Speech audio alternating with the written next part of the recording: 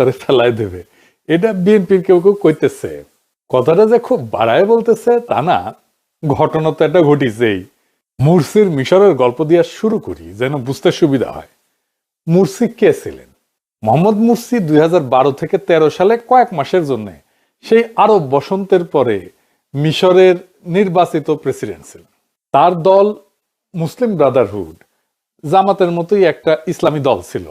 এই মুরসিরা ফেলায় দেয় আর্মি, তারপরে মৃত্যুদণ্ড দেয়, জেলে ভরে, তারপরে আবার পুনর্বিচার চলাকালীন সময়ের মধ্যেই তার মৃত্যু ঘটে।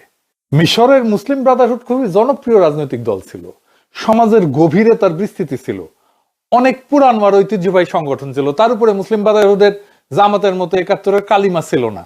তারপরেও তারা তাদের পতন ঠেকাইতে পারেনি। কেন পারেনি?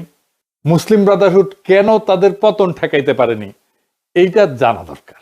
জামাত ইসলামী বাংলাদেশে ভোটে জিতে যদি সরকার গঠন করে, তারপরে কি করলে টিকে থাকতে পারবে আর কি করলে মুরসির মতো হুড়মুড় কইরা পড়ে যাবে, সেটা একটু বিস্তারিত বুঝে দেখা দরকার। আসেন সেটা একটু বুঝে দেখি।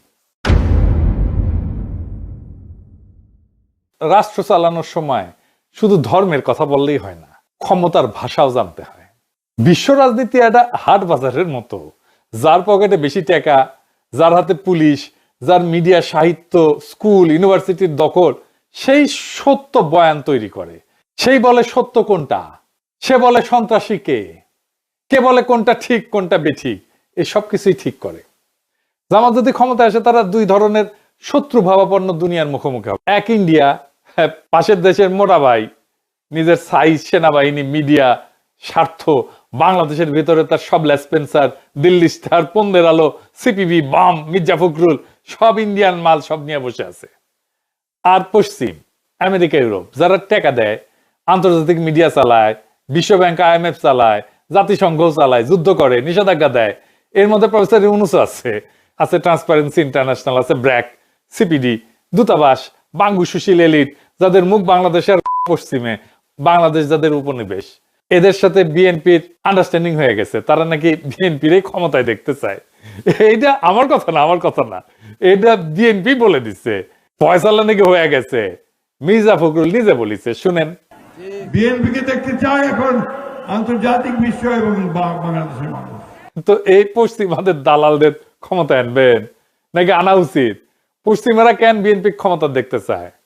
তারা ঠিক যেই কারণে হাসিনা ক্ষমতায় দেখতে চাইতো, ঠিক একই কারণে তারা বিএনপিকেও দেখতে চায়, যেন তাদের তালুকদারি বাংলাদেশে কায়েম থাকে। তো এই দুই পক্ষের কাছেই ইসলামিস্ট পার্টি মানেই সন্দেহ। তারা ভাবে এরা ক্ষমতায় আসলে শরিয়া আইন চালু করবে, জঙ্গি বানাবে, ঝাঁকে ঝাঁকে নারীর অধিকার থাকবে না, তাদের লেখাপড়াই করতে দেবে না, ঘরের মধ্যে আটকে রাখবে, সংখ্যালঘুরা মায়ের খাবে সকাল সন্ধ্যা 2 বার। তাই জামাতের প্রথম কাজ হইতেছে এমন পরিস্থিতি তৈরি করা, বলবে আমরা সন্ত্রাসী না, সন্ত্রাস আমাদের পথ না, আমরা গণতান্ত্রিক, আমরা আধুনিক, আমরা স্মার্ট, আমরা শান্তিপূর্ণ দুনিয়ার নর্ম মেনে চলা গণতান্ত্রিক ইসলামী সরকার। এটা প্রমাণ করা। কিভাবে করবে? প্রথম কৌশল হইতে হবে একটা ফ্রন্টের মাধ্যমে ক্ষমতায় যাওয়া। একা একা ক্ষমতায় যাওয়ার সক্ষমতা থাকলেও না যাওয়া ক্ষমতায়। ঠিক যেমন ছাত্র শিবির ছাত্র সংসদগুলোতে নির্বাচন করছে, শিবিরের নামে না, কিন্তু ঐক্যবদ্ধ শিক্ষার্থী জোট নামে ভোট করছে।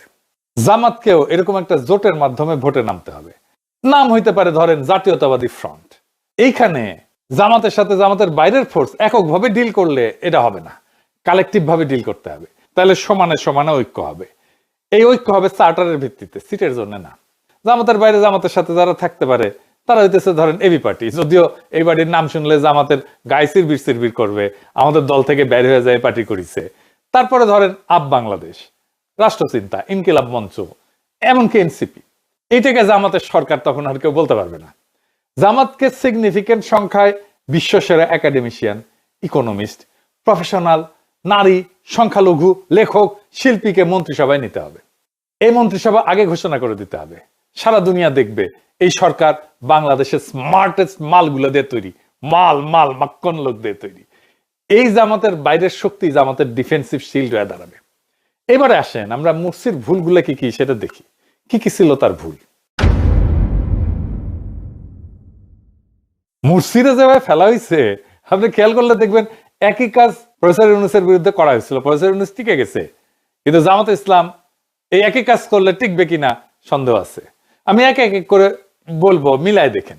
মূলত 4টা বড় কারণে মুরসির পতন হয়েছে। 1 নাম্বার, রাষ্ট্রযন্ত্র পুরোপুরি তার বিপক্ষে ছিল। মানে মিশরের প্রশাসন, বিচার বিভাগ, পুলিশ, সেনাবাহিনীর বড় অংশ দশকের পর দশক ধরে মিলিটারি এলিটদের হাতে ছিল। বাঙ্গুল্যান্ড যেভাবে সিভিল মিলিটারি ব্যুরোক্রেসি আর এলিটদের হাতে। মুরসি নির্বাচিত হইলেও এই রাষ্ট্রযন্ত্রগুলো তাকে মানতে চায়নি। সেনাবাহিনী তাকে সন্দেহ করত, মনে করত যে এই ইসলামপন্থী সরকার তাদের ক্ষমতা কমাবে। বিচার বিভাগ পুরানো শাসকদের অনুগত ছিল। আদালত মুরসির অনেক সিদ্ধান্ত বাতিল করে দেয়। পুলিশ ইচ্ছা করে আইন শৃঙ্খলা নষ্ট হইতে দিত, যাতে জনগণ মুরসির উপরে বিলা হয়ে যায়। মুরসি প্রেসিডেন্ট ছিল, কিন্তু তার হাতে প্রশাসনের কোনো কন্ট্রোল ছিল না। 2 নাম্বার হইতেছে মুসলিম ব্রাদারহুডের রাজনৈতিক অভিজ্ঞতার অভাব এবং রাষ্ট্র চালানোর অভিজ্ঞতার অভাব। এই সংগঠনটা দীর্ঘদিন গোপনে বা আন্ডারগ্রাউন্ডে ছিল। নির্বাচনী রাজনীতি বা রাষ্ট্র চালানোর অভিজ্ঞতা একেবারেই ছিল না বলতে গেলে। অতিরিক্ত দ্রুত নিজেদের লোক বসানোর চেষ্টা করছিল বিভিন্ন জায়গায়, এবং অন্য রাজনৈতিক দলগুলোকে, যারা তাদের মিত্র হইতে পারত, তাদেরকে যথেষ্ট সম্পৃক্ত না করে এই কাজগুলো শুরু করছিল। এবং এই জন্য শাসন কাজে অভিজ্ঞ আমলাতন্ত্রকে সে সামাল দিতে পারেনি। এতে করে মনে হয়েছে যখন নিজেদের লোক বসাইতে চাইছে, মনে হয়েছে মুরসি সবকিছু দখল করতে চায়। বাস্তবতা হয়তো পুরোপুরি সেটা ছিল না, কিন্তু জনমনে এই ভাবমূর্তিটা তৈরি হয়েছিল। 3 নাম্বার হইতেছে অর্থনৈতিক সংকট। মানুষ প্রচন্ড বিলা হয়ে গেছে।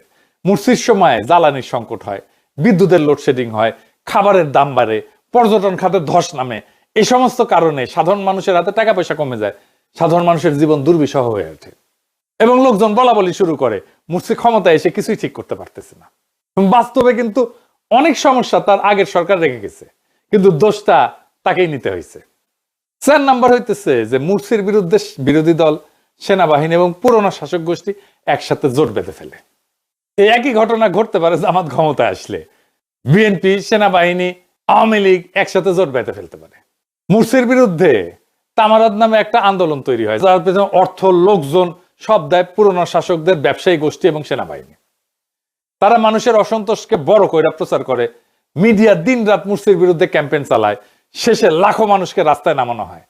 এইটাকে অজুহাত করে সেনাবাহিনী বলে দেশে বিশৃঙ্খলা তৈরি হয়েছে, তাই আমরা ক্ষমতা নিতেছি। এইভাবেই 2013 সালের 3রা জুলাই মুরসিকে সরাই ফেলা হয়। আন্তর্জাতিক রাজনীতিরও ভূমিকা ছিল। সৌদি আরব এবং ইউএই মুরসিকে পছন্দ করত না, কারণ মুসলিম ব্রাদারহুড রাজতন্ত্রের পক্ষে ছিল না, এবং সেই কারণে ওই দেশগুলোর রাজতন্ত্র মুরসিকে রাজতন্ত্রের জন্য হুমকি বলে মনে করত।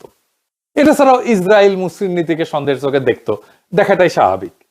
যদিও আমেরিকা মুরসি এবং সেনাবাহিনীর 2 পক্ষকে খুশি রাখতে চাইছিল, কিন্তু শেষ পর্যন্ত সেনাবাহিনীর দিকে ঝুঁকে যায়।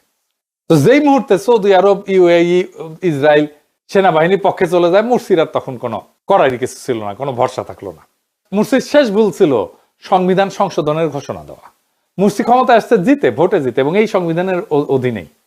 এই সংবিধানকে সংশোধন করার ক্ষমতা মুরসির কিন্তু ছিল না। মুরসি একসময় ঘোষণা দিয়েছিল, বিচার ব্যবস্থা আমার সিদ্ধান্ত চ্যালেঞ্জ করতে পারবে না। তিনি এটা করছিলেন যে সামরিক বাহিনী এবং বিচারিক চক্রের যে ষড়যন্ত্র, এটা থামাইতে। কিন্তু জনগণের কাছে মনে হইল মুরসি স্বৈরাচার হইতে চাইতেছে। এইটা তার জনপ্রিয়তাকে এক ধাক্কায় কমায় দেয়। দলের বাইরে যে জনসমর্থন ছিল, সেইটা চলে যায় তার পিছন থেকে।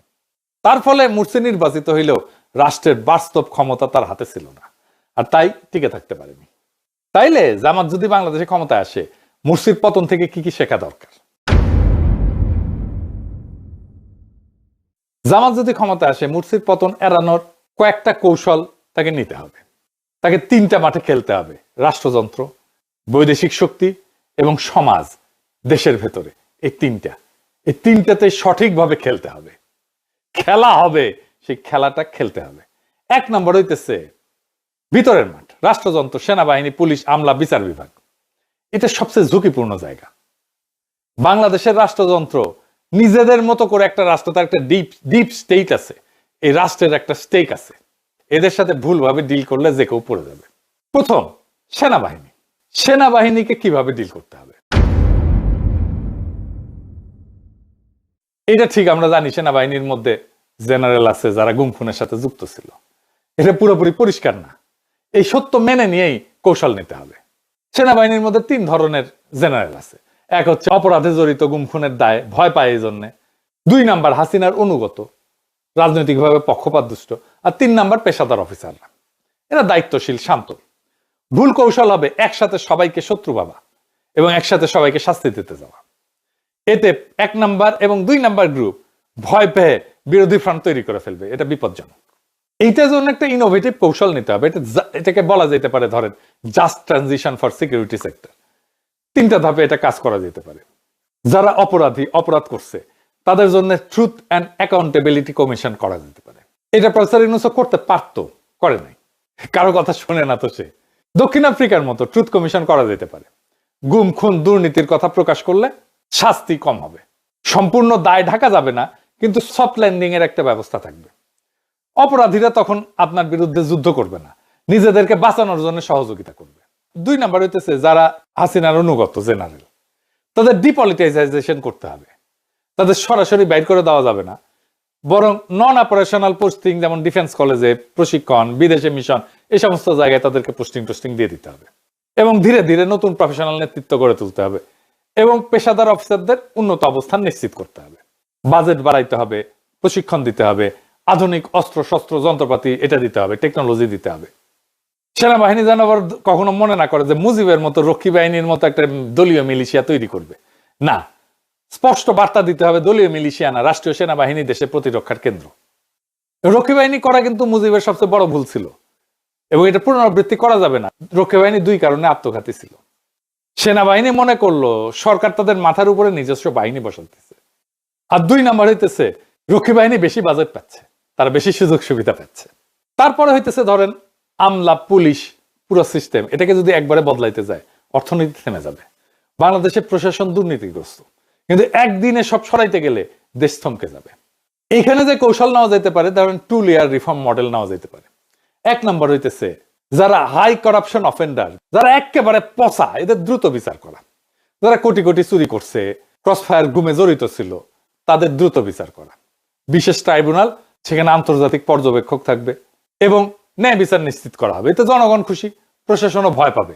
2 নাম্বার মিডিল এবং লোয়ার টায়ার কর্মকর্তা, যারা অতখানি দুর্নীতিতে যুক্ত ছিল না এবং বাধ্য হয়ে হাসিনার পক্ষে কাজ করতে হয়েছে, তাদের রিওরিয়েন্টেশন করতে হবে এবং পারফরমেন্সের কন্ট্রাক্টের ভিত্তিতে তাদের চাকরিটা রাখতে হবে, যেন দুর্নীতির সুযোগটা কমে এবং স্বচ্ছতা বাড়ানো যায়। এবং কি পারফরমেন্স ইন্ডিকেটর ভিত্তিক পদোন্নতির ব্যবস্থা করতে হবে। যারা শত্রু না তাদেরকে শত্রু বানানো যাবে না। 2 নাম্বার, যেটাকে আমি বলছি বাইরের মান, ইন্ডিয়া, পশ্চিম দুনিয়া, চীন, আরব, তুরস্ক কেন সেটার আলাপে আসতেছি পরে। এদের সাথে কিভাবে ডিল করবে? ধরেন ইন্ডিয়া আমাদের প্রতিবেশী হিসেবে থাকবে, আমি তো দেশকে তুলে নিয়ে অন্য জায়গায় যেতে পারবো না। ইন্ডিয়ার সাথে আমাদের একটা ডিলিংসটাকে, এটাকে খুব মেটিকুলাসলি এটাকে আমাদের ব্যালেন্স করতে হবে। ভারতের ভয়টা আমাদেরকে জানতে হবে। ভারত জামাতকে কিভাবে, কি কারণে ভয় পায়? 3টা কারণে ভয় পায়। একটা হচ্ছে তারা মনে করে যে তাদের পাকিস্তান ঘেঁষা ভাবমূর্তি আছে, সীমান্তে চরমপন্থার ভীতিতে আছে তাদের, ভারতের মুসলিম রাজনীতিতে প্রভাব ফেলবে জামাত ইসলাম জিতে যায় যদি, এটা একটা ভয়। এইখানে একটা স্ট্র্যাটেজিক ব্যালেন্সের কৌশল নিতে হবে। আমি মনে করি এখানে মমতা ব্যানার্জির সাথে একটা সম্পর্ক তৈরি করতে হবে। মমতার ভোটের মূল শক্তি কিন্তু মুসলিম ভোট। মমতাকে আমরা আস্থায় নিতে পারলে, ইকোনমিক সম্পর্ক তৈরি করতে পারলে পশ্চিমবঙ্গের সাথে, এটাই আমাদের ভারতের মধ্যে আমাদের স্বার্থ রক্ষা করবে। যদি জামাত মানবাধিকার, গণতন্ত্র, সহাবস্থান, অর্থনৈতিক উন্নয়নের ভাষা গ্রহণ করে এবং বাংলাদেশ ভারত সম্পর্ককে শান্তিপূর্ণ রাখার প্রতিশ্রুতি দেয়, তাহলে পশ্চিমবঙ্গ মুসলিম ভোট ব্যাংকের মধ্যে একটা সফট সিম্প্যাথি তৈরি হতে পারে। এই সিম্প্যাথেটিক ক্লাইমেট বাংলাদেশের জন্য উপকারী হবে। ভাষা ব্যবহারের ক্ষেত্রে শান্ত ভাষা ব্যবহার করতে হবে। আপনি আরএসএস, বিজেপি, হিন্দুত্ববাদী রাজনীতির সমালোচনা করেন, মুসলিম কোপানোর রাজনীতির সমালোচনা করেন, কিন্তু অ্যাজ এ হোল ভারত বিরোধী, যুদ্ধোন্মাদ কোন ভাষা, রেটরিক এটা ব্যবহার করা যাবে না। আপনি কঠিন দাবি তোলেন কূটনীতিতে, যেমন পানি নিয়ে দাবি তোলেন, পানির হিস্সা নিয়ে দাবি তোলেন, সীমান্ত হত্যা নিয়ে দাবি তোলেন, বাণিজ্যের ভারসাম্য নিয়ে দাবি তোলেন এবং এইটাকে ইনস্টিটিউশনাল ডিপ্লোমেসি দিয়ে আপনি ডিল করেন। মানে আমরাও তো রাষ্ট্র হিসাবে cross border network, cross border সন্ত্রাসী যদি থাকে সেটাও তো আমরা হইতে দিতে পারি না। আমরা তো শান্তিপূর্ণ সীমান্ত চাই, আমরা তো সীমান্তে কোনো অপরাধ চাই না, আমরা তো সীমান্তে চোরাচালান চাই না, আমরা সীমান্তে কোনো সন্ত্রাসী কর্মকাণ্ডও চাই না। এইখানে 2 পক্ষেরই একটা আস্থার জায়গা তৈরি করতে হবে। এর বাইরে পশ্চিম, ইউরোপিয়ান ইউনিয়ন, আমেরিকা, এদের ভয় একটাই যে তালিবান হয়ে গেল কিনা। তারা 3টা জায়গায় টেস্ট করবে এটা। সংখ্যালঘুদের অবস্থা কেমন, নারীদের অবস্থা কেমন, বিরোধী দল বা মিডিয়ার অবস্থা কেমন। যদি জামাত এখানে ভুল করে বসে, তৎক্ষণাৎ এই পশ্চিমা মিডিয়া বলে বসবে বাংলাদেশ আর একটা তালেবান রাষ্ট্র হয়ে গেছে। এর ফলে কি হবে? IMF, ওয়ার্ল্ড ব্যাংক টাকা বন্ধ করে দেবে, ইউরোপিয়ান ইউনিয়নের জিএসপি সুবিধা ঝুলে যাবে, রপ্তানি পড়ে যাবে ধপাস করে, অর্থনীতি ক্র্যাশ করবে এবং তার ফলে সরকার পড়ে যাবে। সমাধান খুব সহজ, নির্বাচন থাকবে, নিশ্চয়তা থাকবে, বিরোধী দল থাকবে, আদালত স্বাধীন থাকবে, সংখ্যালঘুদের নিরাপত্তা হবে রাষ্ট্রের দায়িত্ব, নারীরা শিক্ষা, চাকরি বাকরি, স্বাস্থ্য এবং এখানে সমানাধিকার অক্ষুণ্ণ থাকবে। এখানে বলতে হবে আমরা নিয়মতান্ত্রিক ইসলাম চাই এবং তার সাথে আমরা গণতন্ত্রও চাই। এই মডেল পশ্চিম কিন্তু স্বীকার করে। এরপরে আসে তুরস্কের প্রশ্ন। তুরস্ক কেন বাংলাদেশের জন্য কৌশলগতভাবে গুরুত্বপূর্ণ? অনেকে ভাবে যে তুরস্ক অনেক দূরের দেশ, কেন এত গুরুত্ব? তুরস্ক বাংলাদেশের জন্য গুরুত্ব 5টা কারণে। একটা হচ্ছে এটা মধ্যমপন্থী ইসলামের মডেল, এখানে ইসলাম আছে, গণতন্ত্র আছে, আধুনিকতা আছে, পশ্চিমের সাথে বোঝাপড়া আছে। বাংলাদেশ এই মডেল দেখাইতে পারে। তুরস্কের বিশাল ডিফেন্স ইন্ডাস্ট্রি আছে, ড্রোন, নৌবাহিনীর টেকনোলজি, সাইবার ডিফেন্স। আমরা আমাদের ডিফেন্স পারচেজের জন্য ভারত বা চীনের উপরে নির্ভরতা ছাড়াই আর একটা শক্তিশালী পার্টনার খুঁজে নিতে পারি। তুরস্ক আরব দুনিয়াতেও পরিচিত মুখ, পশ্চিমেও পরিচিত মুখ, গ্রহণযোগ্য মুখ। তুরস্ক এরপরে পশ্চিমা সামরিক জোট ন্যাটোর সদস্য, আবার মুসলিম বিশ্বের নেতৃত্বেও আছে। চমৎকার ব্যালেন্স করে চলতেছে। তুরস্কের এই মডেলটা আমাদের ফলো করা খুব জরুরি। তুরস্কের সাথে আমাদের একটা হিস্টোরিক সিলসিলা আছে, মানে আমাদের আধুনিক বাংলা সালতানাত যেটাই বলি সেটা তুর্কি বিজয় থেকে শুরু হয়েছে। তুরস্কের সাথে আমাদের একটা ঐতিহাসিক সিলসিলা আছে। এরকম দেশ আমাদের পক্ষে কথা বললে পশ্চিমারাও রাগ করবে না, আরবরাও করবে না। এছাড়াও বাংলাদেশের অভিবাসী শ্রমিকদের সুরক্ষা দিতে পারে তুরস্ক, কারণ মধ্যপ্রাচ্যে তুরস্কের ইনফ্লুয়েন্স আছে। সে এমনকি রোহিঙ্গা ইস্যুতে বড় ভূমিকা রাখতে পারে, মানবিক নেতৃত্ব দিতে পারে। এটাই তুরস্কের গুরুত্ব। এরপরে আছে ঘরের মাঠ। আসেন সেটা একটু বুঝে দেখি। ঘরের মাঠে থাকবে বিএনপি, বাম, সংখ্যালঘু, নারী, মিডিয়া। সেটা কিভাবে সামলাবে? বিরোধীদের স্পেস দিতে হবে, তাদের কথা বলা বন্ধ করা যাবে না, তাদের উপরে নিপীড়ন চালানো যাবে না, কারণ শেষ মুহূর্তে তারাই রক্ষা কবচ হয়ে দাঁড়াবে। মুরসির পতনের দিনে দেশের কোনো বিরোধী দল তাকে রক্ষা করেনি। বাংলাদেশেও তাই হবে যদি জামাত সব দলকে নিষিদ্ধ করে, শত্রু বানায়, বা তাদেরকে কথা বলতে না দেয়, তাদেরকে স্পেস না দেয়। কৌশল হবে ওপেন পলিটিক্স, জিরো রিভেঞ্জ। বিরোধী দল চলবে, টক শোতে মত বলবে, যা খুশি তাই বলবে, গালাগালি করবে, সমালোচনা করবে, একদম কোথাও কোনো সেন্সর নাই। গ্রেপ্তার করা যাবে না, মুখ চেপে ধরা যাবে না। আপনি যদি বিরোধী দলের বিরোধী মতকে রক্ষা করেন, আগামীকাল তারা বিদেশি চাপে আপনাকে রক্ষা করবে। বিএনপি প্রকাশ্য শত্রুতা করতেই পারে, কারণ তাদের আমরা জিতবো এরকম একটা মানসিকতা আছে। হেরে গেলে একটা বিশাল শক হবে তাদের জন্য। এখানে তো 3 ধরনের সমস্যা হবে আর কি। বিএনপি যদি হেরে যায়, তারা ভাবে যে তারা ক্ষমতা তাদেরই প্রাপ্য। তারা যদি হারে, তাদের কর্মী সমর্থকরা ধরে নেবে যে চুরি হয়েছে, প্রতারণা করছে আমাদের সাথে। এখনো মনে করে ডাকসুতে নাকি চুরি হয়েছে ভোট। চিন্তা করেন, মনে করে বিএনপির অনেক কর্মী মনে করে। তো তারা তো বিএনপি তো তখন রাজপথে বিদেশি লবিং দিয়ে সরকারকে নামাইতে চাইতেই পারে। এইরকম একটা অবস্থায় একটা ইসলামপন্থী দল যদি সরকারে থাকে, তাকে টিকতে চাইলে 3টা কাজ করতে হবে। যে হারলে সব শেষ, এই ভয়টা ভেঙে দিতে হবে। তার জন্য সুবিধা আছে, সুযোগ আছে। ভবিষ্যতের কথা চিন্তা করেন, পরের ইলেকশনের কথা চিন্তা করেন। ওপেন মেসেজ দিতে হবে বিএনপিকে যে তোমরা হারছো, তার মানে তোমাদের সব ধ্বংস হয়ে যায়নি।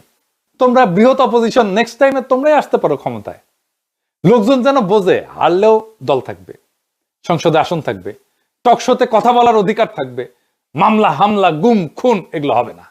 এটা হইলে তারা মরিয়া অস্ত্রের দিকে কম ঝুঁকবে এবং এই 5 বছর ধরে তারা পরবর্তীতে ক্ষমতায় যাওয়ার চেষ্টা করবে। সেইভাবে তারা দল গুছাবে। 2 নম্বর হচ্ছে রিভেঞ্জের পলিটিক্স বন্ধ করা, যেটা হাসিনা শুরু করছিল। নেতাদেরকে জেলে ভরা, গুম করা, খুন করা, কর্মীদেরকে বাসায় থাকতে না দেওয়া, মিডিয়াতে অপমান করা, ব্যবসা বন্ধ করে দেওয়া। এই কাজগুলো করলে যে কেউ ভাববে, যে কোনো বিরোধী দল ভাববে যে এই সরকার থাকলে আমাদের অস্তিত্বই থাকবে না, তাই নামতে হবে, জান পান ইয়ে করে তারা নামবে। আমরা যেরকম হাসিনা আমাদেরকে যদি তারাই না দিত, এত শত্রু যদি না বানাইতো, ধরেন আমি দেশে আছি, দেশে থাকলে কি হাসিনার এত বড় ক্ষতি করতে পারতাম? এত কিছু বলতে পারতাম না। সেই জন্য ডায়ালগকে রাজনীতির একটা স্থায়ী ইনস্টিটিউট করতে হবে। প্রফেসর ইউনূস শুরু করছে মাঝে মাঝে রাজনৈতিক দলগুলোকে ডাকে, কিন্তু এই যে ডাকার বিষয়টা, এটাকে স্থায়ী ইনস্টিটিউট হিসেবে গড়ে তুলতে হবে, রীতি হিসাবে গড়ে তুলতে হবে, সংস্কৃতি হিসাবে গড়ে তুলতে হবে, পলিটিক্যাল কালচার হিসাবে গড়ে তুলতে হবে। শুধু সংকটের সময় ডেকে গোল টেবিল না, বরং একটা স্থায়ী ন্যাশনাল পলিটিক্যাল কাউন্সিল তৈরি করা যেতে পারে, যেখানে সরকার, বিরোধী দল মাসে অন্তত একবার বসবে। সমস্ত ইম্পর্টেন্ট গুরুত্বপূর্ণ ইস্যুতে বিরোধী দলের মতামত নিতে হবে প্রকাশ্যে। এমনকি তাদের যদি সংসদে সিট না থাকে, আসন না থাকে, তাদেরও মতামত নিতে হবে। বাংলাদেশে একটা স্বঘোষিত তথাকথিত সেকুলার এলিট আছে, যারা media, art, culture, NGO, think tank এটার ভেতরে শক্তিশালী, এবং এটার মধ্যে অনেকেই ইন্ডিয়া এবং আওয়ামী প্রভাবিত। এইখানে তারা শত্রুতা করার চেষ্টা করবে। যদি এদের সাথে ঝগড়া করে, সব মিডিয়া, কালচার তার বিরুদ্ধে অ্যাকসেপ্ট হয়ে যাবে। আবার এদের যদি দালালি করে, তাহলে নিজেদের যারা সমর্থক বেশ এদের কাছে বেঈমান হিসেবে পরিচিত হবে। এর বদলে কিছু স্মার্ট নীতি নেওয়া যেতে পারে। কি কি সেটা? এই মিডিয়া, সেকুলার, কালচারাল স্ট্যাবলিশমেন্টকে ডিল করার জন্য কি করা যেতে পারে? এই যে সেকুলার বনাম ইসলামী, এই বাইনারি ফ্রেমটা ভেঙে দিতে হবে। এইখানে আসতে হবে যে রাজনীতি হইতে হবে সিটিজেন রাইটস এর ভিত্তিতে, অধিকারের, নাগরিক অধিকারের ভিত্তিতে। কে সেকুলার, কে বাম, কে ডান, কে এলিট, এইটা না, সকল সিটিজেনের রাইট আছে, এবং রাষ্ট্রের কাজ হচ্ছে এই সিটিজেন রাইটসটাকে স্ট্যাবলিশ করা। কেউ গালি দিক, অসুবিধা নাই, কিন্তু লিমিট রেখে গালি দিক। ধর্ম হবে সম্মানিত, আর্ট হবে স্বাধীন, কেউ অন্যজনকে গলা টিপে ধরবে না। আর্টও ধর্মকে গলা টিপে ধরবে না, ধর্ম আর্টকে গলা টিপে ধরবে না। মিডিয়ায় রেগুলেশন থাকবে, কিন্তু সেন্সরশিপ না। কিছু কিছু জায়গায় গানের অনুষ্ঠানের সামনে যে বিক্ষোভ শুরু হয়, এই যে কাজ করা যাবে না। শো ক্যান্সেল করে দিতে হবে, করা যাবে না। থিয়েটার, নাটক বন্ধ করে দিতে হবে, করা যাবে না। করলে ওই মুহূর্তে পুরা দায় এসে সরকারের উপরে পড়বে, জামাত ইসলামের উপরে পড়বে। আইন সবার জন্য সমানভাবে প্রয়োগ করতে হবে, মানহানি করা যাবে না, উস্কানি দেওয়া যাবে না, সহিংসতার আহ্বান করা যাবে না, অর্থনৈতিক স্বচ্ছতা থাকতে হবে, এটা সবার জন্য সমান, সবার জন্য। কালচারাল পলিসি হিসাবে ইসলামী সংস্কৃতি প্লাস প্লুরাল সংস্কৃতিকে নিতে হবে, শুধু নিষেধ না, বিকল্প তৈরি করতে হবে। যেমন বলে অশ্লীল গান বন্ধ করতে হবে, শুধু তাই না, বন্ধ করা না, বরং ইসলামী গান, নৈতিক থিয়েটার, ওয়েব সিরিজ, এগুলো ভালো মানের প্রোডাকশন দিতে হবে। তার কিতে দেখতেছেন না কত চমৎকার সিরিজ আমাদের দেশে, কত জনপ্রিয়। আমরা তো এটা করতে পারি। কোন উৎসবে ইসলামী নাশিদ যেমন থাকবে, তেমন রবীন্দ্র লালনও থাকবে। এতে সেকুলার এলিটটা বুঝবে যে এরা একেবারে বর্বর না। তারপরে এক গ্রুপ তো আছে মাজার ভাঙা, এদের সাথে কিভাবে ডিল করা যায়, এটা খুব সেনসিটিভ এবং কঠিন জায়গা। উগ্রপন্থী গোষ্ঠীরাও বাইরে থেকে দেখায় যে এটা আপনার আত্মীয়, আপনারই লোক, কিন্তু বাস্তবে তারা রাষ্ট্রটাকে ধ্বংস করে দেয়। এখানে তিনটা স্তরে কাজ করতে হবে। ক্লিয়ারলি, খুব স্পষ্টভাবে বলতে হবে, রাষ্ট্রে বল প্রয়োগের একমাত্র অধিকার সরকারের, কোন জঙ্গি গ্রুপের না, কোন মরাল পুলিশের না। এইটা বেআইনি কাজ এবং এইটার শাস্তি হবে। এই কাজ করা যাবে না। কোনোভাবেই রাষ্ট্রের বাইরে কেউ বল প্রয়োগ করতে পারবে না, কারো উপরে না। আপনি মাইক লাগায় সমালোচনা করেন, কোনো অসুবিধা নাই, কিন্তু হাতুড়ি নিয়ে ভাঙতে পারবেন না, কেউ করতে পারবেন না। এখানে আরো পলিসি নেওয়া যেতে পারে, মানে যাদের কাজ নেই তাদেরকে কাজ দেওয়া, কাউন্সেলিং করা, রোজগারের ব্যবস্থা করা। যারা সন্ত্রাস, অস্ত্রবাজি এই সমস্ত করে তাদের নীতিকে স্ট্যাবলিশ করতে চায়, তাদের জন্য সোজা কোর্ট, সন্ত্রাস বিরোধী আইন, দ্রুত বিচার, স্বচ্ছভাবে। কোন আদর্শ ভিত্তিক দল, ইডিওলজি ভিত্তিক দল, সেটা ইসলামের দলও হইতে পারে, সেটা এমনকি হিন্দুত্ববাদী দলও হইতে পারে, এরা একটা বড় ভুল করে ফেলে যখন ব্যক্তিগত বিশ্বাস বা আকীদা এইটা আর রাষ্ট্রীয় নিষেধাজ্ঞা দুইটাকে এক করে ফেলে। কে মাজারে যাবে, কে যাবে না, এটা আকীদার বিতর্ক হইতে পারে, কিন্তু হাতুড়ি দিয়ে ভাঙা, অনুষ্ঠানে হামলা করা, এটা আইন শৃঙ্খলার ব্যাপার। এই দুইটা এক করা যাবে না। স্পষ্ট নিয়ম হইতেছে অ্যাক্ট অফ ভায়োলেন্স, এটা ক্রিমিনাল অপরাধ। সেটা মাজার হোক, কনসার্ট হোক, নাট্যমঞ্চ হোক, কেউ হামলা করলে সেটা যেই করুক না কেন, এটা ফৌজদারি অপরাধ, এটা বিচার হবে। বিতর্কের প্ল্যাটফর্ম খুলে দিতে হবে।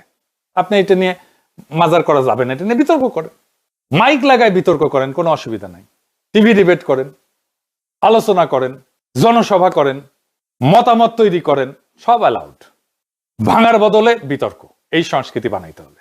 সামাজিক বিতর্কগুলো, সামাজিক ইস্যুগুলো সমাজে চালু থাকতে হবে। এটা আস্তে আস্তে আস্তে আস্তে আস্তে স্থিত হবে।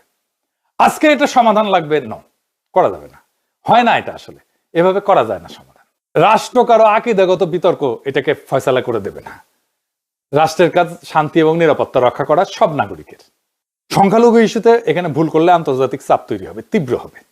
এবং বাংলাদেশে হিন্দু, বৌদ্ধ, খ্রিস্টান এদের নিরাপত্তা সবচেয়ে সংবেদনশীল বিষয়। একটাও হামলা হলে ভারত, পশ্চিম মিডিয়া একসাথে চাপ দেবে এসে। এইখানে একটা মাইনরিটি প্রোটেকশন প্রোটোকল লাগবে। হামলায় অপরাধী যেই হোক না কেন শাস্তি হবে। সংখ্যালঘু নির্যাতন, মন্দির ভাঙা, উপাসনালয় ভাঙা, এটা জিরো টলারেন্স। এবং সংখ্যালঘুদের সরকারের দৃশ্যমান ভূমিকা থাকতে হবে। এইবার পাগল রে সাঁকো নাড়ানোর কথা মনে করাই দিলাম কিনা আল্লাহ জানে। জামাত আমার কোনো সাজেশন না নিলেও এই সাজেশনটা নিতে পারে আগ্রহ নিয়ে। হ্যাঁ, আর অখণ্ড ভারতের সৈনিক গোবিন্দ প্রামাণিককে মন্ত্রী বানিয়ে দিতে পারে। আপনাদের তো চিন্তা জামাত মদ খাইতে দিবে কিনা, আমার চিন্তা জামাত গোবিন্দ প্রামাণিককে মন্ত্রী বানিয়ে দেয় কিনা। এইবার আসেন নারীর প্রশ্ন। বাংলাদেশের শহুরে নাগরিকদের, বিশেষ করে এলিট সম্প্রদায়ের তিনটা ভয়। মানে জামাত ক্ষমতা আসলে পোশাক নিয়ন্ত্রণ করবে কিনা নারীদের, নারীরা চাকরি করতে পারবে কিনা, মদ টদ আবার খাইতে দিবে কিনা, বিনোদন টিনোদন এগুলো বন্ধ করে দিবে কিনা। এইটা জামাতকে স্পষ্ট করতে হবে। তবে আমি কিছু কৌশল বলে দিতে পারি আর কি, জেনারেল কৌশল হিসেবে। যেমন ধরুন পোশাকে, ইসলামের পোশাকের নির্দেশ তো শালীনতা, এবং এই শালীনতা এটা সামাজিক গ্রহণযোগ্যতার বিষয়, সামাজিক উৎসাহের বিষয়। সমাজ শালীনতার উৎসাহ দেবে, এটাকে প্রমোট করা হবে। কিন্তু পোশাক পুলিশিং এটা নিষিদ্ধ। সরকারি ভবনে শালীন পোশাক পরবে, এটা অফিসিয়াল কোড। বেসরকারি জীবনে স্বাধীনতা থাকবে, কোনো জোর থাকবে না। নারীর চাকরি, শিক্ষা এই সমস্ত নিয়ে তো প্রশ্ন আসার কথাই নাই, কারণ ইসলামে নারীর শিক্ষা এবং উপার্জন নিষিদ্ধ না, বরং উৎসাহ দেওয়া হয়।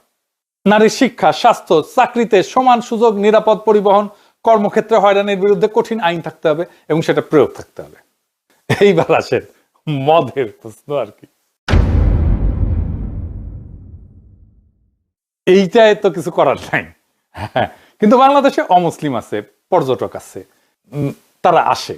সো মুসলিমদের জন্য এটা তো নিষিদ্ধ করা ছাড়া কোনো উপায় নাই, তাই না? মানে আমার মজাই লাগতেছে, ও মুসলিমদের জন্য লাইসেন্স টাইসেন্স দিতে হবে। তো আমার কোনো সমস্যা নাই, আমি আসিছি যেন অনেকের জ্বলে যেতেছে আর কি। আমার ক্ষুদ্র রাতার ভগিনীরা কই দাদার কি মজা, এখন থেকে মাল খেয়ে টাল হয়ে থাকতি, শুধু কি টাল, গান ধরবো, গান গান টালে গান ধরবো। ওই যে নিশান লাটিম জিন ধরিছে, চোখের তারায় রং জমিছে, এখন কোনো দুঃখ নেই, নেই কোনো ভাবনা, ইনকা করে দিন যদি যায় যাক না, কি হিংসা হয়। দুবাই মালয়েশিয়ায় পাওয়া যায় না মদ, পাওয়া যায় তো, এটা একটা মডেল আছে, সেই মডেলটা ফলো করতে হবে। এটা ইসলামের সাথে সাংঘর্ষিক না, আর আন্তর্জাতিক মিডিয়াতেও এটা নিয়ে কোনো সমালোচনা থাকবে না। এটা তো এক্সাম্পল আছে কিভাবে এটাকে কন্ট্রোল করা যায়। এখন সবচেয়ে কঠিন প্রশ্ন, আমি এই প্রশ্নটা আনছিলাম, সেটা হইতেছে যে বাংলাদেশের ইকোনমিটা, এটা তো একটা করাপ্ট ইকোনমি, এখানে চেয়ার টেবিলে ঘুষ খায়। তো এই করাপ্ট ইকোনমিটাকে যদি আমার ঠিক করতে হয়, তাহলে কি দুর্নীতির বিরুদ্ধে প্রথম দিন থেকে আপনি জেহাদ শুরু করবেন? তাহলে অর্থনীতি, ইকোনমি কোলাপস করে যাবে। বাংলাদেশের অর্থনীতিটা করাপশন ডিপেন্ডেন্ট ইকোনমি, এটা মানি বা না মানি, এটা সত্য। হঠাৎ সবকিছু বন্ধ করলে ব্যাংক থেকে যাবে, আমদানি হবে না, গার্মেন্টস বন্ধ হবে, বাজারে জিনিসপত্রের দাম লাফায় লাফায় বাড়বে। এখানেও আমি যেটাকে বলি soft landing, anti corruption strategy, এটা নিতে হবে। এটা কি? এটা কয়েকটা ফেজে করতে হবে। প্রথম ফেজে, ফেজ 1, যেগুলো বড় দুর্নীতি, ব্যাংক লুট করছে, সিন্ডিকেট করছে, এদের বিরুদ্ধে কঠোর ব্যবস্থা, এতে জনগণ খুশি হয় আর সৎ ব্যবসায়ীরা আস্থা পায়। 2 number phase, market reform, syndicate ভাঙা, আমদানি রপ্তানি স্বচ্ছ করা, ব্যাংক যে কমিশন নেয় সেটা নিয়ন্ত্রণ করা। 3 number phase, structural reform, tax system সহজ করা, ডিজিটাল লেনদেন বাড়ানো, সরকারি কেনাকাটায় স্বচ্ছতা আনা, হঠাৎ ধাক্কা দিয়ে না, ধীরে ধীরে দীর্ঘমেয়াদী কৌশল নিয়ে এই দুর্নীতিটা কমাইতে হবে। এটা ছাড়া ধরেন বিদেশি গোয়েন্দা সংস্থা, স্পেসিফিক্যালি এদের তো একটা ইন্টেলিজেন্স একটা কাজ করে, বাংলাদেশের মধ্যে অন্তর্ঘাত করে, আমরা বুঝতে পারি। এটাকে কিভাবে সামলানো যায়, এরা কাজ করে কিভাবে। এরা যেমন মিডিয়াতে আছে কিছু ব্যক্তি এবং প্রতিষ্ঠান, যেমন ধরেন এনাস আলমগীর, এনাস মানে বুঝেন তো, তারপরে আব্দুল নূর তুষার, এই ধরনের লোকজনদেরকে দিয়ে, তারপরে পন্দের আলো, ডেইলি স্টার, এগুলো তো আছেই। এনজিওতে যেমন ধরেন ব্র্যাক আছে, সিবিডি আছে, ট্রান্সপারেন্সি ইন্টারন্যাশনাল আছে, এদের সাথে এদেরকে কিছু ফান্ড টান দেয়। রাজনৈতিক ফ্যাকশন, যেমন ধরেন এই যে শেখ রুমিনুর রহমান, ফজা পাগলা, এই সমস্ত ইন্ডিয়ান মাল এদেরকে দিয়ে কাজ করে। আমরা কিন্তু বুঝি এরা কেমনে কাজ করে। সামরিক এবং প্রশাসনের কিছু কিছু জায়গায় এদের লোক আছে, তো ওয়াকারি তো তাদের লোক। তো এইভাবে তারা মাইক্রো ছোট ছোট ছোট ছোট ইনফ্লুয়েন্স তৈরি করে, মাইক্রো ইনফ্লুয়েন্স। এইটাকে সামলানোর জন্য পেশাদার কাউন্টার ইন্টেলিজেন্স তৈরি করতে হবে। এবং আমাদের গোয়েন্দা সংস্থাগুলোর মধ্যে ফরেন ইন্টেলিজেন্স ডেস্ক লাগবে, যারা এগুলো মনিটর করবে। কাদের সাথে বিদেশি যোগাযোগ আছে, কারা বিদেশি রাষ্ট্রের স্বার্থ রক্ষা করে খুঁজে বের করতে হবে এবং তাদের কাজগুলো মনিটর করতে হবে। বিদেশি ফান্ড দেখবে, মিডিয়া ইনফ্লুয়েন্স দেখবে, এটার অপারেশন দেখবে, রাজনৈতিক পার্টি কানেকশন গুলো দেখবে, বের করবে। এবং আমাদের রাষ্ট্রযন্ত্রের ভেতরে যে কাঠামোগত দুর্বলতা আছে এটা কমাইতে হবে। বিদেশি প্রভাব, বিদেশি ইন্টেলিজেন্স এটা ঢোকে সাধারণত যেখানে লোকজন অর্থের দুর্নীতিগ্রস্ত, আদর্শে ফাঁকা, রাষ্ট্রের উপরে বিশ্বাস নাই। তাই করাপশন কমলে এদের অ্যাক্সেসটা এমনিতেই কমে যাবে। সেনাবাহিনী, ব্যুরোক্রেসি, মিডিয়া, একাডেমিয়া সবার মধ্যে একটা ন্যাশনাল ইন্টারেস্টেড বোধ তৈরি করতে হবে। এটাই আসল প্রতিরক্ষা। আর ভারতকে একটা বার্তা দিতেই হবে যে আমরা তোমাদের বিরুদ্ধে ক্যাম্পেইন করতে চাই না, তোমরাও আমাদের আভ্যন্তরীণ রাজনীতিতে হস্তক্ষেপ করবে না। ধরেন ইন্ডিয়াকে একটা প্রপোজাল দেওয়াই যেতে পারে যে আমরা ক্রস বর্ডার চোরা কারবার এটাকে জিরো করব। এটাতে তাদেরও লাভ, আমাদেরও লাভ। রাজনীতি কেবল ভোটের খেলা না, ভোটের হিসাবও না। রাজনীতি হইতেছে রাষ্ট্রকে বাঁচানো এবং তাকে অগ্রসর করার শিল্প। মুর্সি ভোটে জিতছিলেন কিন্তু টিকতে পারেননি, কারণ তিনি বুঝতে পারেননি যে ক্ষমতার মাইক্রোফোন হাতে পেলেই ক্ষমতা পাওয়া যায় না। ক্ষমতা টিকে থাকে রাষ্ট্রযন্ত্র, জনগণ, প্রতিবেশী, বৈশ্বিক শক্তি, এই চারটা চাকার উপরে। একটা চাকা নষ্ট হইলেই গাড়ি উল্টায় যায়। এটা মিশরে ঘটছে, এটা ইতিহাসের কথা। আজ বাংলাদেশের এই রাজনৈতিক যুদ্ধক্ষেত্রে যারা বলে যে জামাত ক্ষমতায় আসলে মুর্সির মতো ফেলাই দেবে পশ্চিমে, তারা কিন্তু শুধু ভয় দেখাচ্ছে না, তারা ইতিহাসের আয়না ধরতেছে। কিন্তু ঘটনা এটা যে ভাগ্যকে কিন্তু বদলানো যায়, ইতিহাসকেও বদলানো যায় যদি ভুলকে ভুল হিসাবে স্বীকার করে আগেই তার ওষুধটা তৈরি করে ফেলা যায়। এই দেশের রাষ্ট্রযন্ত্র, এই দেশের প্রশাসন, এই দেশের গোয়েন্দা, এই দেশের মধ্যবিত্ত, এই দেশের সেকুলার কালচারাল এলিট, এই দেশের প্রতিবেশী ভারত, এই দেশের বৈশ্বিক শক্তি, এদের কারো হাতেই কোনো জাদুর কাঠি নাই।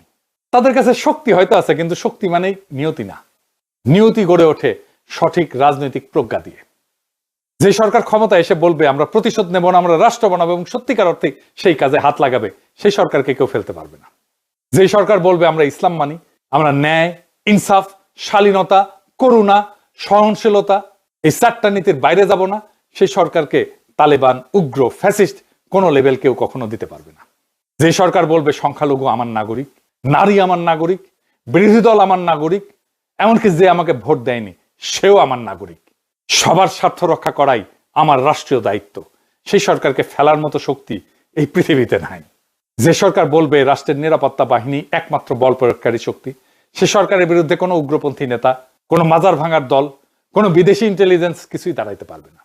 যে সরকার বলবে যে আমরা বিশ্বর সাথে ব্যালেন্স করে শান্তির সাথে আগাবো, সে সরকারকে কেউ আলাদা করতে পারবে না। যে সরকার বলবে গুম খুনের অপরাধীর বিচার হবেই, কিন্তু পুরো বাহিনীকে শত্রু ভাববো না, সেই সরকার টিকে থাকবে। যে সরকার বলবে দুর্নীতি আমরা বন্ধ করব কিন্তু অর্থনীতি বন্ধ করে না, সফট ল্যান্ডিং দিয়ে আমরা এটাকে সামলাবো, সে সরকার জনগণের সাথে থাকবে। যেই সরকার বলবে মরাল পুলিশিং না, নারীর শিক্ষা, চাকরি, নিরাপত্তা অক্ষুণ্ণ থাকবে, রাষ্ট্র হবে ইনসাফ, ন্যায়, সংযম, শালীনতা এবং স্বাধীনতার মিশ্রণ, সেই সরকারকে পশ্চিমারাও ফেলতে পারবে না। আর ইন্ডিয়া তো দূর কি বাত।